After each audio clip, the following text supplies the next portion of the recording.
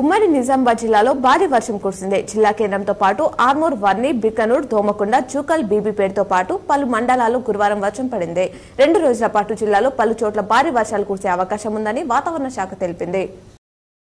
42 రకాల ఔషధాల ధరలను కేంద్రం తగ్గించింది. ఇందులో గుండె, కాలేయం, షుగర్ జబ్బులకు చెందిన మందులు కూడా ఉన్నాయి. యాంటీసిడ్స్, మల్టీవిటామిన్, యాంటీబయాటిక్స్ ధరలను తగ్గించింది. తగ్గిన ధరలను డీలర్లు, స్టాకిస్టులకు వెంటనే అందించాలని ఫార్మా కంపెనీలను ఆదేశించింది. ధరల తగ్గింపుతో 10 కోట్లకు పైగా షుగర్ వ్యాధిగ్రస్తులు లబ్ధి పొందనున్నారు. ఎండాకాలం నుంచి ప్రజలకు కొంత ఉపశమనాన్ని ఇస్తున్న వానలు వచ్చే 4 రోజులు కూడా కొనసాగుతాయని హైదరాబాద్ వాతావరణ కేంద్రం తెలిపింది. మంచిర్యాల, ములుగు, ఖమ్మం, నల్గొండ, రంగారెడ్డి, మెదక్ తదితర జిల్లాలకు తాజాగా ఎల్లో అలర్ట్ జారీ చేసింది. ఆయా జిల్లాలో ఉరుములు, మెరుపులతో కూడిన వానలు పడతాయని స్పష్టం చేసింది.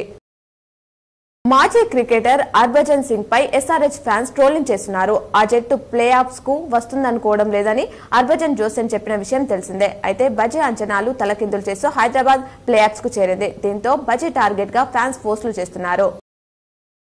ఆర్మూర్ పట్టణంలోని కొత్త బస్టాండ్ వద్ద గల జీవరెడ్డి మాల్ కు 2,51 కోట్ల బకాయిలు ఉంది. బకాయిలు చెల్లించాలని మాల్ యాజమాన్యానికి 4 సార్లు అధికారులు నోటీసులు జారీ చేశారు.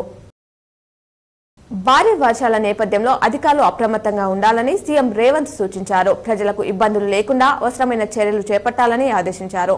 మ్యాన్ హోల్స్ నిర్వహణ, వరద ముప్పు నివారణపై దృష్టి సారించాలన్నారు. విద్యుత్ సరఫరా స్తంభించకుండా తగిన జాగ్రత్తలు తీసుకోవాలన్నారు. నిజామాబాద్ కు చెందిన స్టార్ బాక్సర్ నిఖత్ జరీన్ సత్తా చాటింది. ఎలాట్ కప్ బాక్సింగ్ టోర్నీలో నిఖత్ 52 కేజీలు అద్భుత విజయంతో ఫైనల్ కు చేరుకుంది.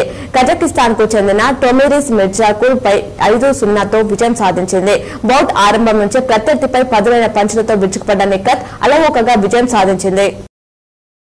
నిజామాబాద్ నియోజకవర్గ పరిధిలో ఎన్నికల ప్రక్రియ శాంతియుతంగా నిర్వహించినందుకు రిటర్నింగ్ అధికారి కలెక్టర్ రాజు గాంధీ హనుమంత్ ను తెలంగాణ రాష్ట్ర ఐక్య ఉపాధ్యాయ ఫెడరేషన్ జిల్లా కమిటీ సభ్యులు అభినందించారు. ఎన్నికల నిర్వహణలో కృషి చేసిన ఉపాధ్యాయులకు ఆయన కృతజ్ఞతలు తెలిపారు.